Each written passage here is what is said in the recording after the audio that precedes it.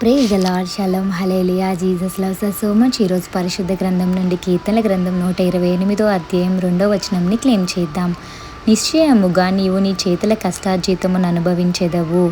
ఆమేన్. ఇస్సాకు గారు పొలము దున్నిన తర్వాత విత్తనం వేశారు. ఆ తర్వాత నీరు వేశారు. ఆ తర్వాత ఏమైందండి? నూరంతలుగా ఫలించడం జరిగింది. తన ప్రయత్నం తను చేశారు, ఫలం యేసయ్య ఇవ్వడం జరిగింది.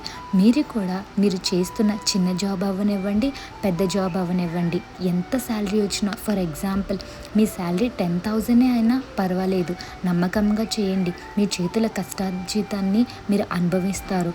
అండ్ ఎలా అయితే ఇస్సాకు గారు పొలాన్ని దున్ని విత్తనం నాటి నీరు పోసారో అప్పుడు నూరంతలుగా ఫలించారు కదా, మీ జీవితాన్ని కూడా యేసయ్య ప్రెజెన్స్లో నాటండి. అప్పుడు యేసయ్య యొక్క దీవెనలో మీరు నిండుగా అనుగ్రహించుకుంటారండి. మనం ప్రయత్నం చేస్తే సరిపోదండి, దేవుని సహాయం కూడా ఉండాలి. మన ప్రయత్నంతో పాటు యేసయ్య సహాయం యాడ్ అయితేనే మనకి బ్లెస్సింగ్స్ అనేవి వస్తాయండి. మనం ప్రార్థన చేసినప్పుడు దేవా దీవించవా అని అంటాం కదా. ఫస్ట్ మనం ప్రయత్నం చేయాలి. ప్రయత్నించిన తర్వాత ఆ ప్రయత్నాన్ని యేసయ్య దీవిస్తారు. ఆ తర్వాత మన జీవితంలో అభివృద్ధి అన్నది మనం చూడగలుగుతాం. సో నిశ్చయముగా మీరు మీ చేతుల కష్టార్జితాన్ని అనుభవించేలాగా ప్రార్థనలో పెట్టుకోండి. యేసయ్య దీవిస్తారు.